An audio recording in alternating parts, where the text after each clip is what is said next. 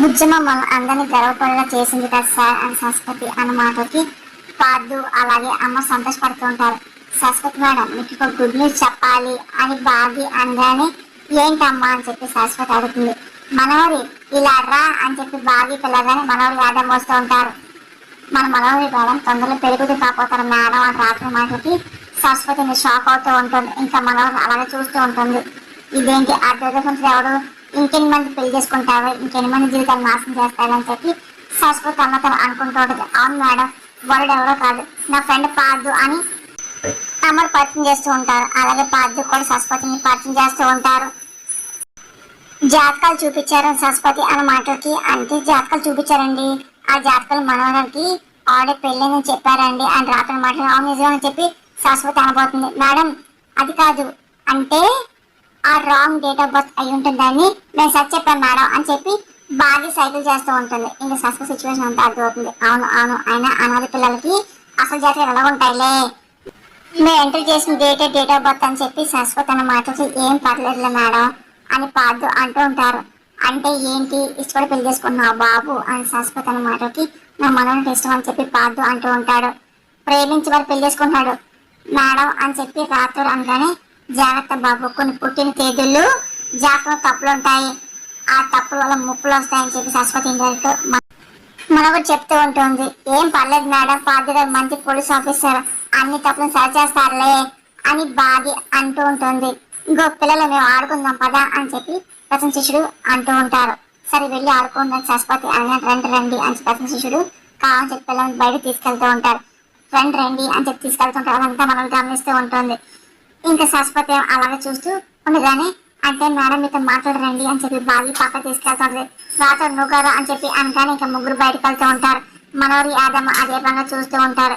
అక్కడేమో ప్రచండ చాలా ఘోరంగా హోమం చేస్తూ ఉంటాడు. ఇంకా లాన్లో పిల్లలు కలిసి అందరూ ఆడుకుంటూ ఉంటారు. ఇంకా పచ్చని చేసి ఎలాగైనా సరే తన మంత్రదండంతో పచ్చని చెప్పినట్టు ఎలాగైనా సరే భుజం తల మీద పెట్టి ఇంకా తనకి ఇష్టమైన పక్షులా మార్చేయాలని చెప్పి అనుకుంటూ ఉంటాడు. మనవరు యాదవ్ బయటకు వచ్చి ప్రసన్న శిష్యుడు ఏం చేసి చెప్పి గమనిస్తూ ఉంటారు. అక్కడ ప్రసన్న చాలా ఘోరంగా హోమం చేస్తూ ఉంటాడు.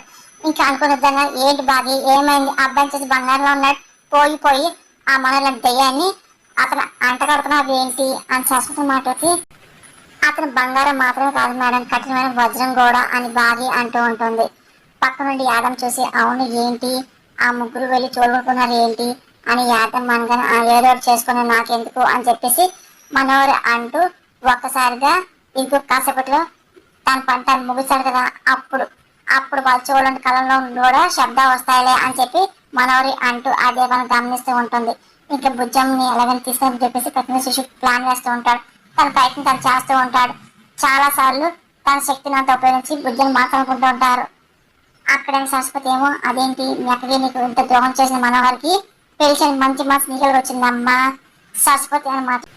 ఆ మంచాన అక్క చెల్లి రక్తంలో ఉందిగా అని చెప్పి రాతో అనగానే అంటే మేడం అసలు చనిపోయిన అక్కకి ఎలాగైతే మనోహర్ పెళ్లి అని చెప్పి అనుకుంది, అందుకే అక్క ఆత్మగా ఉన్నప్పుడు కూడా ఏం చేయలేదు కదా అని బాగి అనగానే అసలు ఆ మనోడి వల్ల అబ్బాయి ఎంత తిప్పుని పడతాడు ఏంటో చెడ్డవాడు రాని వేరే తట్టుకోలేకపోయాడుగా అని సరస్వతి మాటకి మేడం వేరే కంగారు పడకండి, మంచివాడికి మంచివాడు చెడ్డవాడికి చెడ్డవాడు గో మనోడి ఎక్కువ తక్కువ చేసిందనుకో మెడలో వంచి దారిలో పెడతాడని చెప్పి పార్దు గురించి రాత్రి అంటూ ఉంటాడు.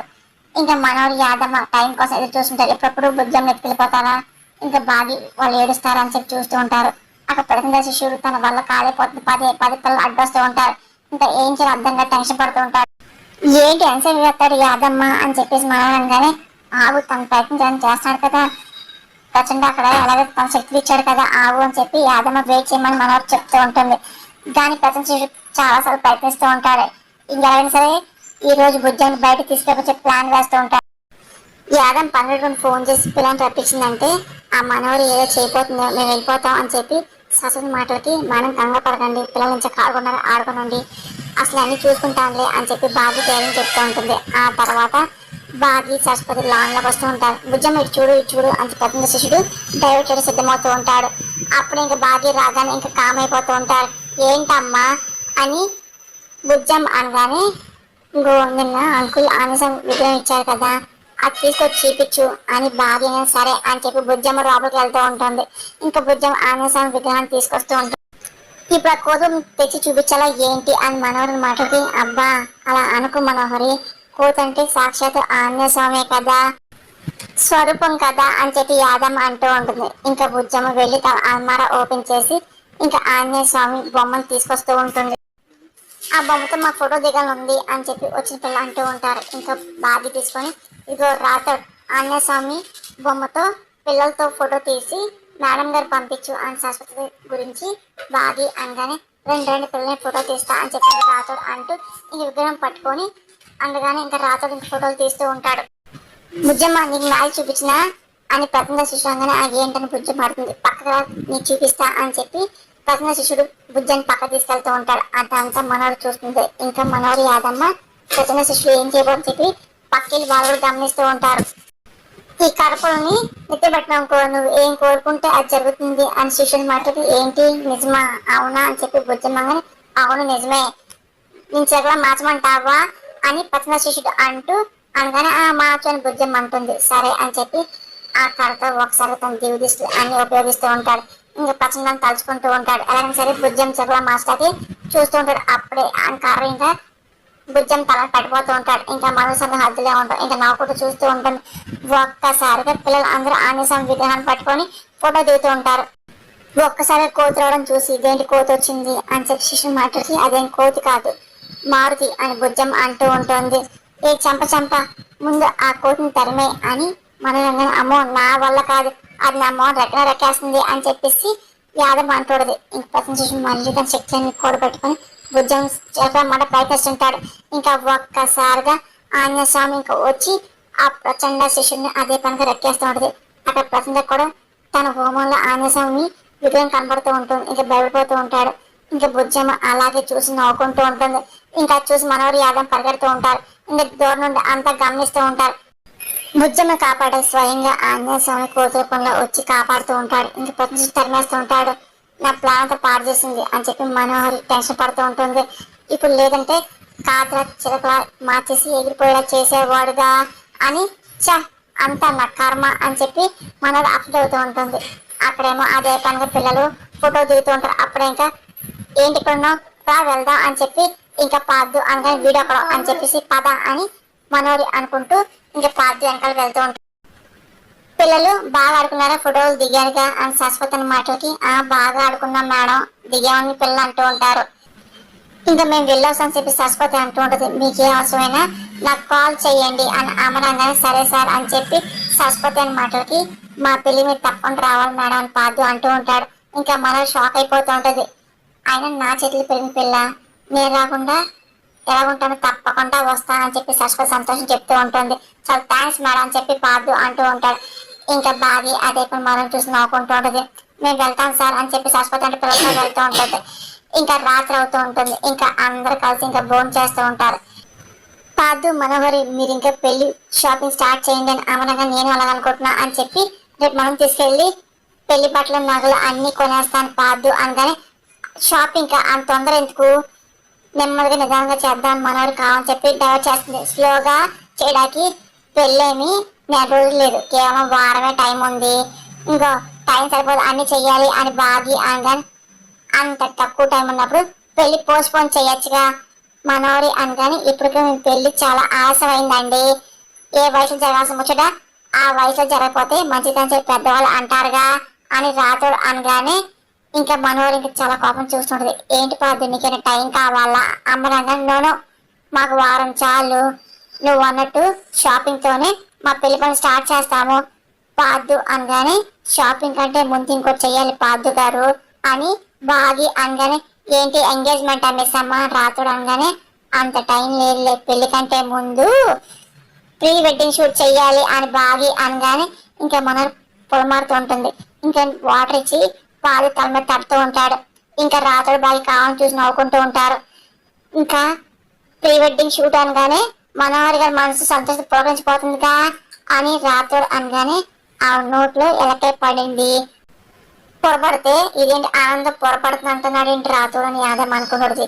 ఏడి పాదు ప్రీ వెడ్డింగ్ షూట్ ఓకేనా అమర్ అనగానే నాట్ ఓకే అమర్ వద్దు వద్దు అని మనోహరి అంటూ ఆపుతూ ఉంటుంది.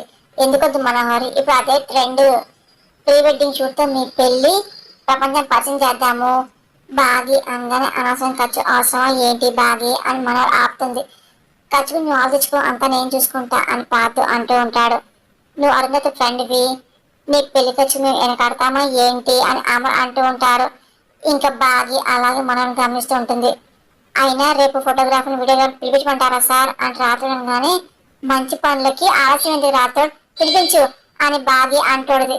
అలాగే 1 వీక్ మనం ఆఫీస్ రావడం చెప్పేసి ఇన్ఫార్మ్ చేయ రాతోడు.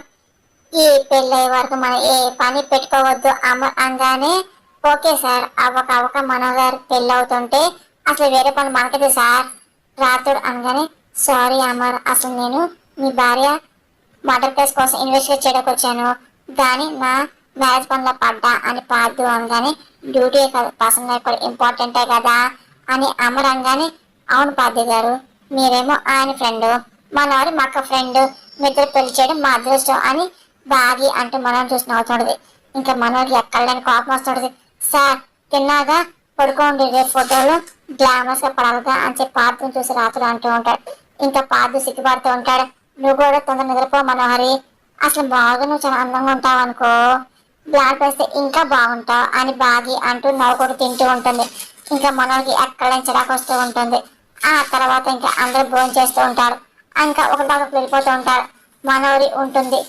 ఏంటి ఏం పెట్టమంటా మనోహరిని యాదం అనగానే ఆ విషం పెట్టు అని మనోహర్ అనగానే ఇదిగో ఇగో ఈరోజు అదేం లేదు అని యాదం అనగానే ఏంటి నా ఫేస్ మీద ఎరుపుకొని ఉందా ఏంటి, అందరు నన్ను ఈరోజు టార్గెట్ చేస్తున్నారు అని మనోహర్ అనగానే ఆయన అది జరుగుతుందని చెప్పి కలగన్నావో లేదని నాకు తెలియదు, కానీ నేను మాత్రం ఎప్పుడో ఊహించా మనోహరి. యాదవ్ మన మాటలకి మనోహర్ కోపం వస్తుంది. అంటే రేపు ప్రీ వెడ్డింగ్ షూట్, ఎల్లుండి షాపింగ్, తర్వాత మెహందీ ఫంక్షన్, ఆ తర్వాత అని యాదవ్ సిగ్గుపడుతుంది. ఏ ఆపుతావా అని చెప్పి మనం అంటుంటది. ఇదిగో ఏ మాట మాట, ఆ రణవీర్ కంటే పాదు వేరేట్టు బెటర్, హ్యాపీగా పెళ్లి సెటిల్ అయిపో అని మనోరిని అదే పని యాదవ్ మన మాటలకి ఇంకా కోపం వచ్చి ఒక్కసారి యాదవ్ పేరు పట్టుకుంటుంది. ఏ ఏంటి ఇదిగో నా వయసు నా లైఫ్ అంతా వేస్ట్ చేసుకుంది, ముక్కు మొహం తెలియని వాడిని కట్టుకోవడాక ఏంటి అని మనోరి అంటోడది. మన రోజులు రోజులు చచ్చిపోతా అని యాదం అనగానే ఏ ప్రాణ స్నేహితం చూడకుండా ఆ ఆరుని చంపిందా అని, అలాగే బాగిని 5 సంవత్సరాలు ఇంటికి నేను దూరం చేశాను, ఇగో అగ్గతో వచ్చిన చేతులు కలిపింది ఆమెను వదులుకోవడం అనుకుంటున్నావా, ఏం చచ్చినా ఆ పని చెయ్యను, ఇగో పేక పట్టుకుంటే నీకు ఊపిరి వెళ్ళట్లేదు, ఈ పెళ్లి నాకు ఊపిరి ఆడకుండా చేస్తుంది అని చెప్పి మనని అంటాడు. వదులు వదులు అని చెప్పి యాదమ్మ అంటాడు. ఇంకొకసారి వదిలేస్తూ ఉంటుంది. ఇంకో నువ్వెన్నో ప్లాన్లు వేసావు కానీ చివరికి ఓడిపోయావు కదా, నీ మంచిగా చెప్తుంటే నన్నే చంపాలని చూస్తావా అని యాదమ్మ అనగానే నా దృష్టిలో మంచి అంటే అమ్మతో కలిసి బతకడం, బాగిని బయటకు పై పంపించడం, అది ఎలా జరగదు నేను చూస్తాను. మనం చాలా ఆవేశంగా కోపంగా మాట్లాడుతూ ఉంటుంది. ఏంటి అక్కడ ఏమో ఒక కోతిని చూసి నువ్వు భయపడొచ్చేస్తావు వచ్చా అని చెప్పేసి అసలు తిడుతూ ఉంటాడు. అది మామూలు కోతిలో లేదు, మనల్ని కూడా భయపెట్టిందంట అని పచ్చని శిశు అంటూ ఉంటారు. అసలు నిన్న మొన్న లేని కోతి సడన్గా ఎక్కడ వచ్చిందిరా అని పచ్చండి అడుగుతూ ఉంటాడు. మొన్న ఆ బుజ్జమ్మకి ఫంక్షన్ జరిగింది కదా, అక్కడ హనుమాన్ బొమ్మ ఇచ్చారంట, ఈ రోజు ఆ బొమ్మతో పిల్లలు ఫోటో దిగారు అని శిష్యుడి మాటలకి అంటే ఏంటి బుజ్జమ్మకి అదే సాయం చేస్తుందంట అవి ఏంటి అని ప్రచండ అనగానే అవును మాంత్రిక మీరే అంటారు కదా బుజ్జమ్మకి దయశక్తి అని చెప్పేసి ఒకరు ఇదే అదేమో అన్నట్టు డౌట్ గా అంటూ ఉంటారు. ఆ బొమ్మ ఇంట్లో లేకుండా చెయ్యాలి అని ప్రచండంగానే ఎవరు చేస్తాను శిష్యులు అంటూ ఉంటారు. ఇంకెవరు ఆ మనోహరం చేయించాలి, కోతంటే సాక్షాత్ ఆంజనేయ స్వామి ఆయన అండ ఉంటే మనం ఏమీ చేయలేము, మన మాయలు మంత్రాలు పని చేయవు అని చెప్పకుండా అంటూ ఇంకా మనోడు కాల్ చేస్తూ ఉంటాడు. ఇంకా మనోడు ఇంకా ఫోన్ అక్కడ టేబుల్ వదిలేస్తుంది. అప్పుడే యాదం వచ్చి ఇదేంటి మనోడు ఫోన్ రింగ్ అవుతుంది, ఎవరు చేస్తున్నారు ఏంటో అని చెప్పి యాదం అనుకుంటూ వెళ్ళిపోతుంది. అప్పుడే ఇంకా అమర్రాడు గమనించి ఒకసారి పక్క వెళ్ళిపోతూ ఉంటుంది. మనోహరి నీ ఫోన్ అక్కడ రింగ్ అవుతుంది అని యాదం అనగానే తేవచ్చు కానీ మనది అంటుంది అక్కడ అమ్మసారి రాతుడు ఉన్నారు అని చెప్పేసి అంటూ ఇదిగో రణవీర్ ఖచ్చితంగా ఫోన్ చేస్తూ ఉంటారు. అమ్మసారి కానీ ఫోన్ ఎత్తారు ఇంకా అంతే సంగతులు అని చెప్పి యాదం భయపడుతుంది. అప్పుడు ఇంకా మన వైపు వెళ్తూ ఫోన్ మోగుతుంది అని చెప్పి చూస్తూ ఉంటాడు. ఇదేంటి ఆ ఫోన్ ఎవరిది అని అమరంగానే ఆ ఫోన్ మనోహర్ది అని చెప్పి రాత్రి అంటూ ఉంటాడు. అమర్ ఇంకా వెళ్ళి ఇంకా ఫోన్ తీసుకుంటూ ఉంటాడు. ప్రజెంట్ అదే మన కంటిన్యూస్ కాల్ చేస్తుంటాడు. ఒక్కసారి అమర్ ఇంకా ఫోన్ చూస్తూ